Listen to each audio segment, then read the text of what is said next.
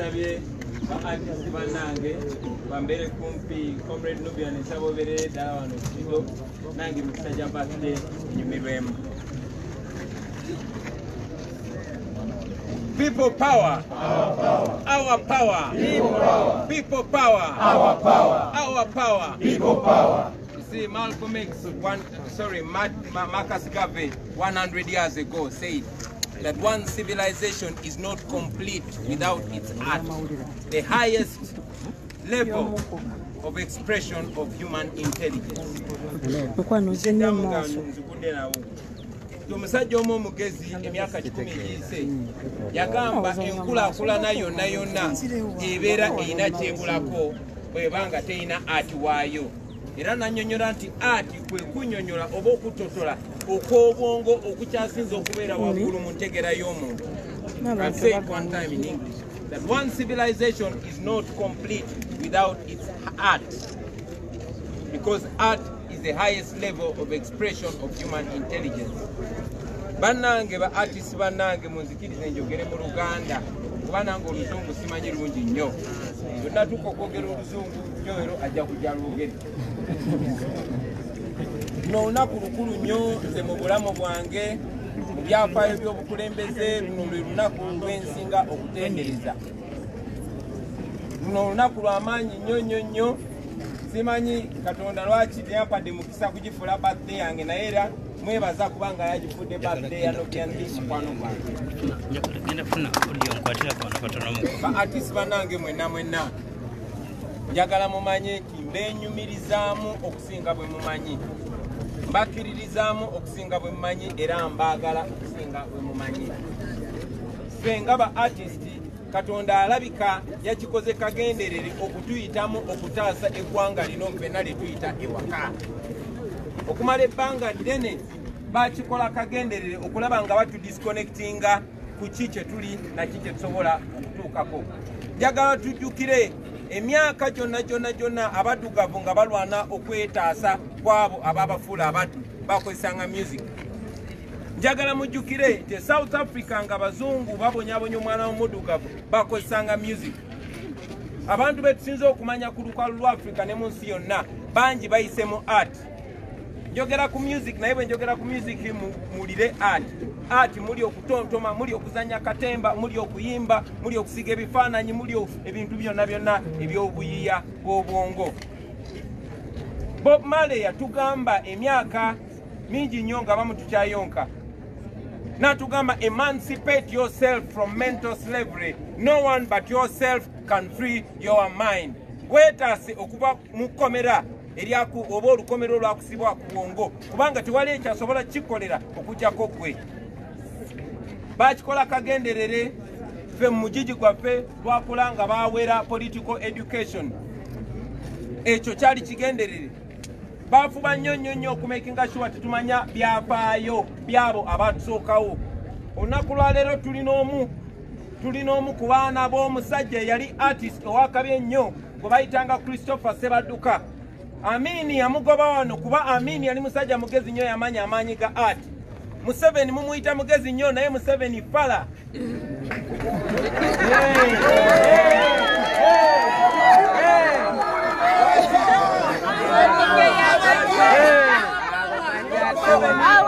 Museveni yatyaba ba professor, Museveni yatyaba dokita, Museveni yatyaba lecturer, Museveni yatyaba lawyer. Museveni yafuba nnyo okutukiriza nti tetulina kye tumanyi, ate nga kyatuyamba kubanga twamuyita kulitalaba. Era tulina okukkiriza nti ba artist bannaffe bangi nnyo abafudde mu ngeri etategerekeka nga mutwalidde ne Moses Radio oluvannyuma lw'obutakkaanya n'abantu abo. Tulina okulowooza nti waliwo ekigendererwa. Nze kennyini Kamakoogera nali wakuziikibwa emyaka 2 egiyise mu August mu Arua. Katonda yazabibye naye nkakasa yakikola ng'alina ekigendererwa. Katonda yampa omukisa ogulivinga paati tu y'obulamu bwange. Era nga bwe nabasuubiza nti nja kumala buli lunaku olw'obulamu bwange nga nfuba kino ekindimu kisimbe oba nkisige mu bannange abalala bonna.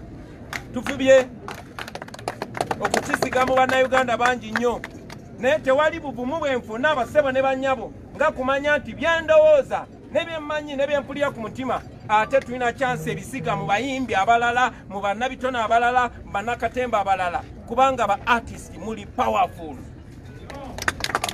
mulina amaloboozi g'amaanyi nnyo eyo ensonga lwaki batwala ssente z'omusolo biliyoni ne biliyoni basobole okutugula okutusirisa bwe bamanya nti ssente tezisobola kutumala kuba tulina ababbeeyi nnyo osobola okumalawo bajeti ya Uganda yonna ng'ogulirira bayimbi ne badda ku levo eyo batiisatiisa bwe baalaba nga nekyo batiisatiisa kyayononeka dda kubagano bwe kwaba amazzi gagenda dda wansi w'olutindo ne baleeta amateeka ag'okubaziba omumwa okumala ebbanga ddene nnyo twayogera ku bintu bino bannange ffe ba artist ffe tusinga obulamu obunyuma ffe tusinga obulamu obw'eddembe yeffe buli omu bayagala okukolako omukwano naddala abo abatufuga naye bwe nasooka okuvaayo bwe waawo sinze nasooka bannange ba artist bannange baali baavaayo dda sinze nsoose ate sinze asembyeyo ne bano be mulaba si be basoose ate si be basembyeyo naye baafuba nnyo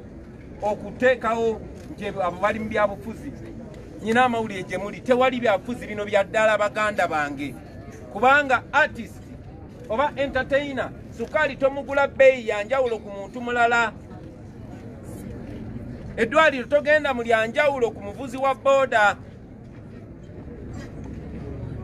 n'ebirala ebifaanana bwe bityo so ndi wasanyu nnyo baganda bange okumanya titwabuuka ate twabuuka kirindi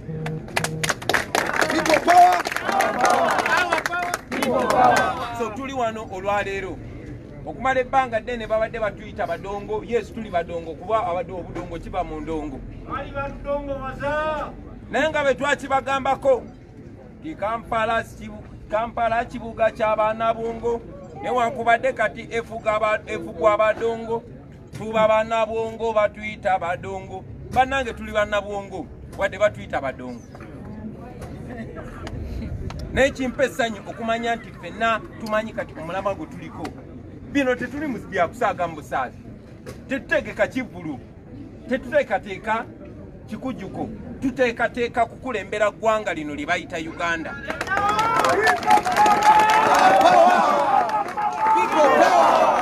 okumala ebbanga ddene babadde batwawudde ku nsi yaffe nga batulowoozesa nti abantu balala be balina okututegeerera naye kimpa essanyu ba artist bannange okumanya nti n'ensi yammwe temulinayo waka walala mugenda kubeera wano ne mwe munaaba mufudde bagenda baziika wano naye ate njagala obajjukiza nti bannayuganda bangi batutaddeko amaaso bannayuganda bangi batulinamu essuubi emyaka emitono egiyise tubadde tusobola okunnyonnyola nti ati tetwamanya naye kati tewali kwosobola kugamba nti tetwamanya era buli artist abantu abatuwagira batusuubira okuzanya paati yaffe njagala okussaamu ekitiibwa bangi ba artist naffe olwaleero abatwegasseko muno kawefube bino si bya Kyagulanyi bino si bya Walukagga bino si bya Jackstar si bya Mary Butter bino byaffe ffenna ng'eggwanga nakibagambye mu ntandikwa era nkiddamu nti Katonda alabika yasazeewo okukozesa ffe be babadde banyooma mukimanyi mu byafaayo Katonda akozesezza nnyo abantu oba sekita ezinyoomebwa kakubere kutaasa nsi eno Nabbi Muhammad teyali mwana wa mugagga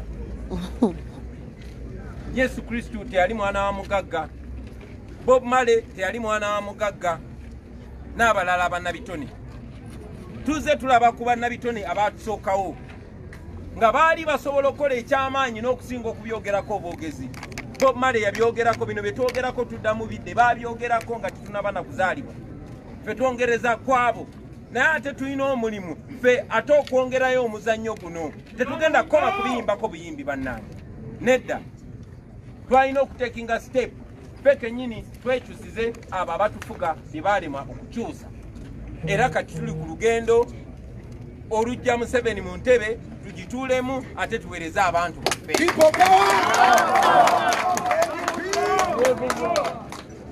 ba Bob Marley oba oliawo tebaamanya maanyi ge baalina oba oliawo balowooza balina kuyimba buyimbi Muhammad Ali bwe yali azannya ebikonde oba oliawo yalowooza nti alina byogerako bwogezi naye twali tunyumya ne Nubian olumu n'agamba singa Bob Marley yavaayo ne yeesimbawo akulembera Jamaica olowooza Jamaica singa terina akyukakyuka naye era kyebakola bakikola tubawa ekitiibwa kati ffe tuli wano olwaleero muyimbi munaffe omu kubayita Rocky Giant yagamba nti infact yalagula nti ekiseera kijja kutuuka mulabe abaana nga si ba bulijjo era nga yeffe abazze tugumula akati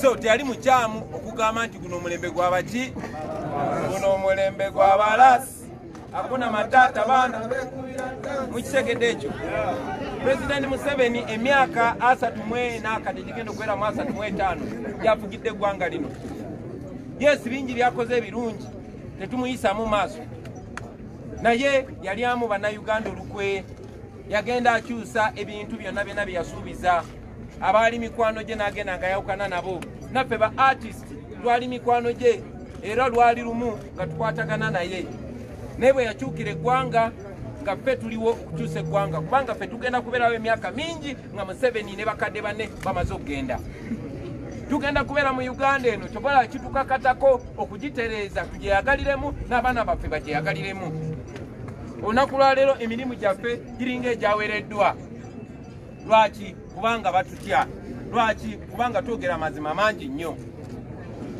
kakati no twagala obategeeza timwalugulira ku pata ffe tugenda bajjako era olutalo twalutandise tetulwanyisa mundu tetugenda kutta muntu yenna ng'abo abatufuga bwe bajja baamala okutta abantu abasukka mu kitundutundu kya miliyoni okutuula mu ntebe neffe tubakubisa muziki tubakubisa na joke tuyimiridde nga tuli confident kuba tumanyi bannayuganda bali kusaidi yaffe tuli confident kuba tumanyi amateeka gali kusaidi yaffe naye okusingira ddala tuli confident kubanga tumanyi nti Katonda yali waggulu ali kusaidi yaffe buli kyetukola kiri mu mateeka buli kyetukola tukikola ku lw'obulungi bw'abannayuganda ku lw'obulungi bw'ensi yaffe kuba eno ensi yaffe tugyagala twagala ensi yaffe ebeerenga zi Jamaica ate nga kisoboka ate nga kigenda kubeera tubuzaayo emyezi kati ng'ena okugenda mu kulonda twagala okutegeeza abannayuganda n'okukunga ba artist bannaffe abali eyo timulina eddoboozi ly'amaanyi nnyo omuwandiisi omu yagamba politics is too serious a business to be left to politicians guno omulimu gwe tugendako oba olutabalo lwe tugendako luli serious nnyo nti lwetaaga buli omu kati mwe ba artist muli bagezi nnyo era ensi ge bakkirizaamu nnyo so tugende tukozese ebitone ebyo Katonda byatuwa twetaase ffe nga ffe tutaase omulimu gwaffe naye ate tutaase n'eggwanga lyaffe tuteekewo n'essuula empya abo bagenda okuddako gye bagenda okweyagaliramu tuli wano leero omutweyagaliramu kubanga tuyimiridde ku bibegabega by'abo abatusookawo ba Christopher Sebadduka ba Minsusera Segamwenge ba Okot Pibitek ba Byron Kawadwa bangi battibwa olw'okuyimirira ku mazima bangi bawaŋŋanguka ba Sebadduka baffire lutaaya olunaku lwaleero tuli wano okwongera ku leva tebo gye baakomako twava ku levo ey'okuvugamu ku mmotoka ey'okumanyika kati twagala kolawo njawulo n'amanya gaffe gabeerewo olubeerera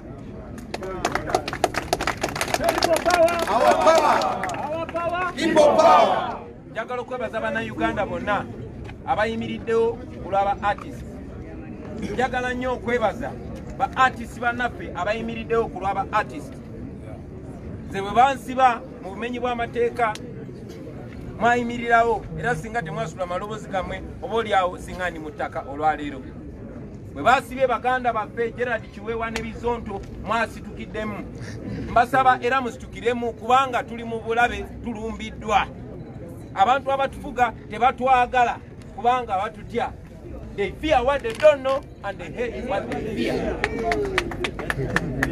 batutya nnyo kubanga tuli ku mazima batutya nnyo kubanga abantu batuwuliriza batutya nnyo kubanga batukkiririzaamu mulekeraawo ba artist okugamba nti temuli ba politician this is your business yemwe musinga amaloboozi amanene mugakozese mwogere amazima nakibagambako era nziramu nekibagamba nti there is more politics in the music industry than in the parliament so tukozese ebitone Katonda byatuwa baganda bange temusobola kukkiriza kye tusobola kola mu Uganda eno bwe tuba tusazeewo.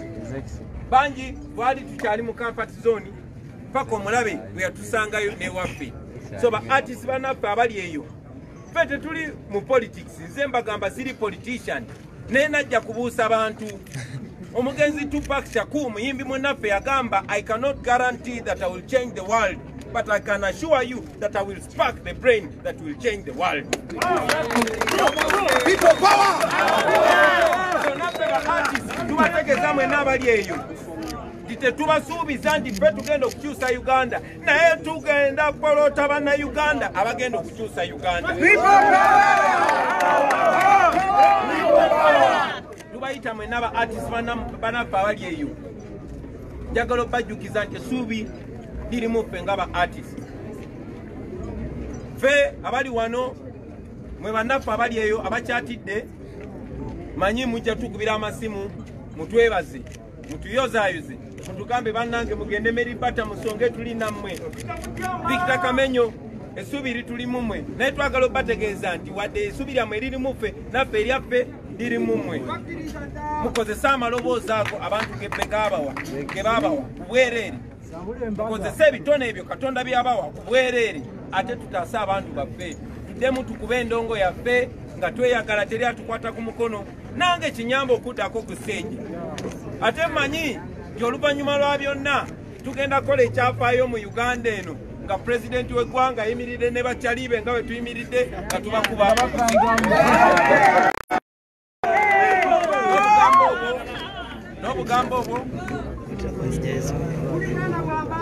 N'obugambo obwo njagala beebaza bingi nnyo bye tulina okwogerako. Ffe nga ba artist tumanyi nti batutaddeko amateeka nti tokkirizibwa kuyimba luyimba lwonna oba kuyiiya luyimba lwonna nga minisita takukkiriza.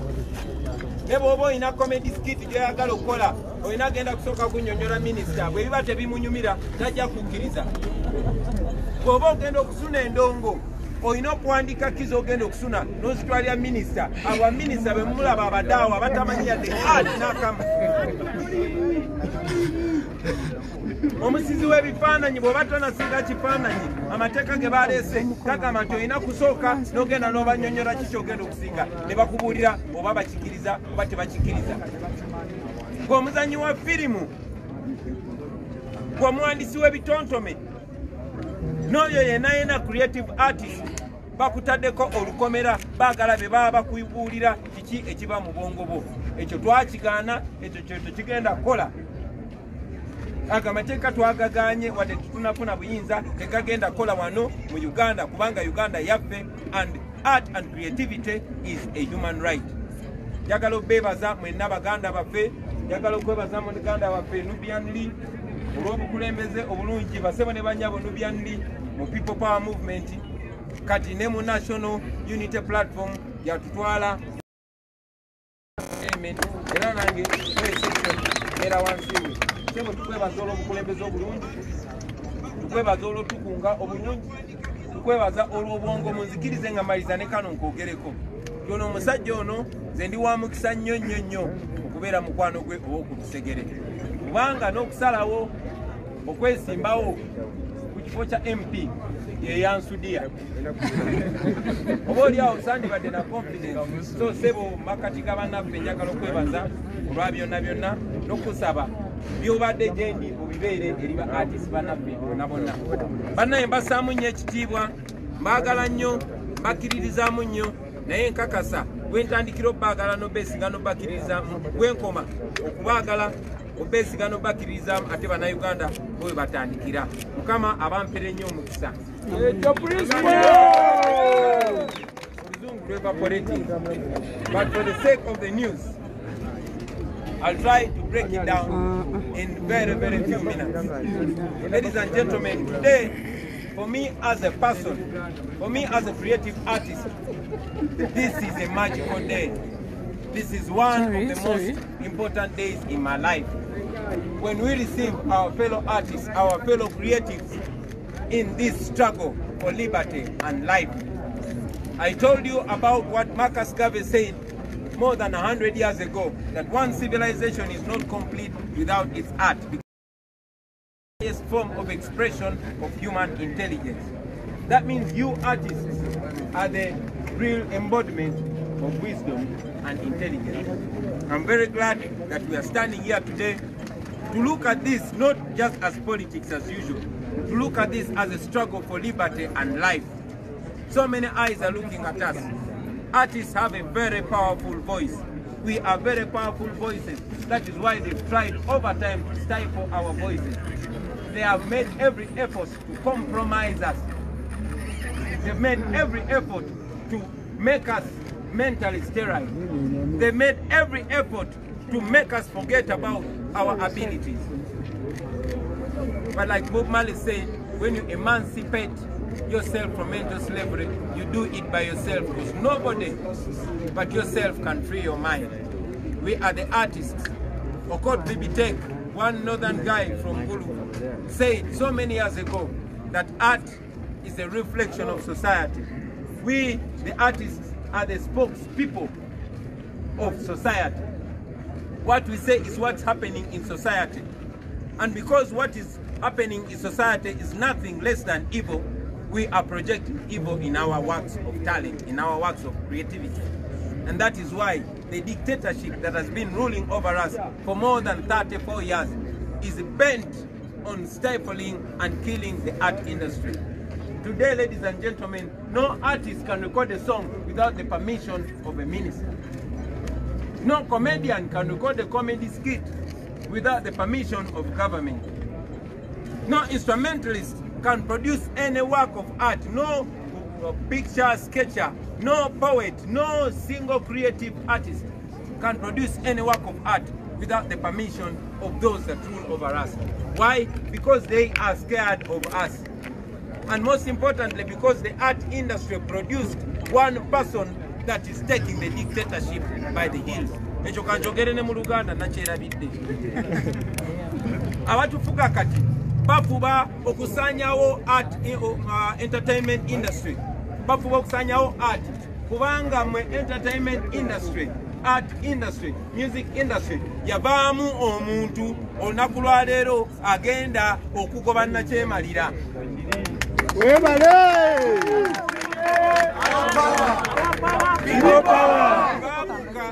Babuuka nti tetuli badongo nga bwe babadde balowooza. Babuuka nti tetuli bebafu nga bwe babadde balowooza. N'olw'ensonga eyo baatuggulako olutalo. Olutalo olwo tuli mu kululwana era tulina okululwana ne tuluwangula. We must fight that war because a war has been declared on the entertainment industry. It has been declared on the creative art industry in Uganda. And we must fight and win that war. We are not going to use violence. We are going to use creativity. While they fight us with tear gas and bullets and bombs and jail, we are going to fight them with lyrics and the jokes. We are going to sing them out of power. We are going to rap them out of power. We are going to joke them out of power. These people are so cowardly of jokes. So for the comedians, please joke some more. For the singers, please sing some more. For all the creative artists, please create some more. I want to salute all of you fellow artists. I want to salute you, my brother Nubian Lee, for being such a noble citizen. I wish those Nubian people would give us 1 million more Nubian Lees. I want to salute all the comrades. Today, ladies and gentlemen, we are standing before you, but there are so many comrades that are behind the scenes. Brothers like producer Daniel Orewot, many of you know him as producer Dan Magic. People like producer Tony Hose, the person that has nurtured very many of us, including artists and producers. I know that today they are intimidating our brothers. For example, they are intimidating BJ Moon. Sorry, BJ Moon.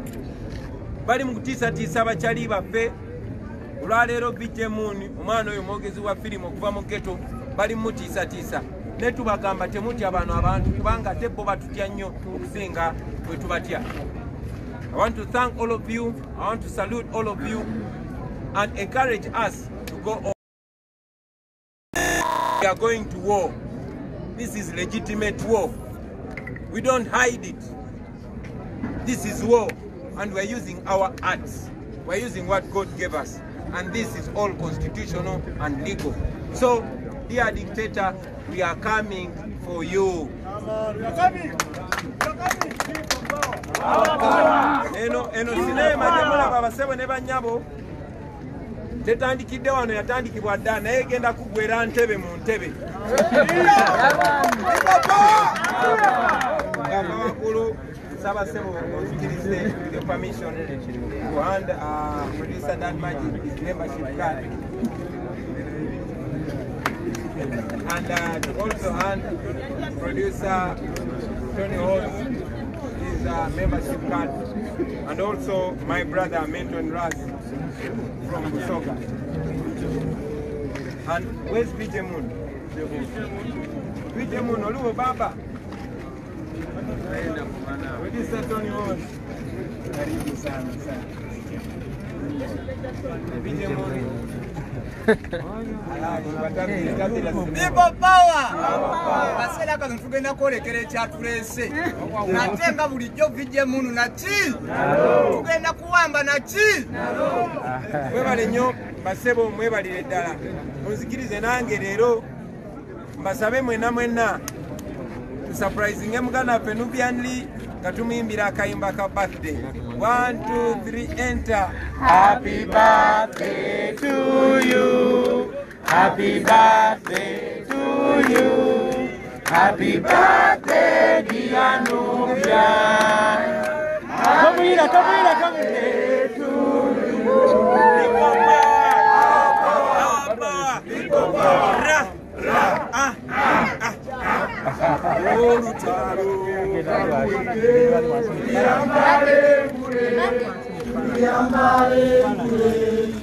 Yambare